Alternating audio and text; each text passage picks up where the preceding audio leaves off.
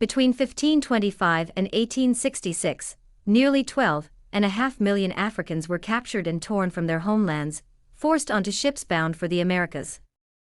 Around 2 million of them would not survive the grueling journey known as the Middle Passage. By the early 1700s, European traders had perfected ships built to carry hundreds of enslaved people at once.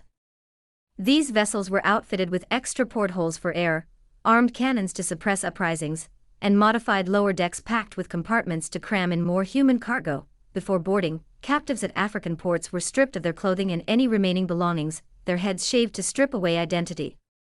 The boarding process could take weeks, even months, during which people were kept on deck in makeshift wooden enclosures. To prevent suicide, nets were fastened around the sides of the ships to catch anyone who might leap into the sea rather than endure enslavement. Below deck, conditions were unbearable. People were forced into spaces with ceilings barely 4.5 feet high, packed tightly together with no room to move. Men were chained in pairs, women confined to separate quarters, and children allowed limited freedom. There were no toilets or hygiene facilities, waste accumulated where they sat, turning the hold into a suffocating pit of heat, filth, and disease. Illness spread rapidly. Dysentery, malaria, yellow fever, smallpox, measles, and influenza claimed lives among both captives and crew. Enslaved Africans were brought above deck for only a few hours each day, still separated by gender behind a reinforced barrier called a barricado, designed to protect crew members during potential revolts. Captives were forced to exercise through song or dance, often for the amusement of the crew. Those who resisted were whipped with the cat-o'-nine tails, a brutal weapon built to tear flesh. Refusal to eat was met with violence. Some were force-fed using a speculum oris, a device that pried open the mouth. Women, though often left unchained, faced repeated sexual assault by crew members, sometimes giving birth to their attackers' children upon arrival in the New World. Yet despite their suffering, it was often women who used their limited freedoms to plan uprisings.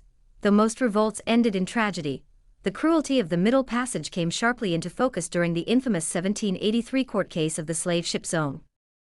Departing from present-day Ghana in 1781 with 442 enslaved people aboard, the ship lost dozens to disease and navigation failures before reaching its destination. With illness spreading and water supplies dwindling, Captain Luke Collingwood feared financial ruin. Insurance covered only those who drowned, not those who died from disease. Collingwood ordered roughly 130 enslaved Africans thrown overboard. During the trial that followed, the ship's owners argued that killing the captives was akin to disposing of sick livestock. Shockingly, the court agreed. But the case exposed the horrific realities of the trade, and abolitionists publicized the story, removing the ship's name to show that such atrocities were not isolated. Just 24 years later, in 1807, both Great Britain and the United States outlawed the international slave trade. Yet true abolition came much later, 26 more years for Britain, and nearly 6 more decades plus a brutal civil war for the United States, before slavery itself was finally declared illegal.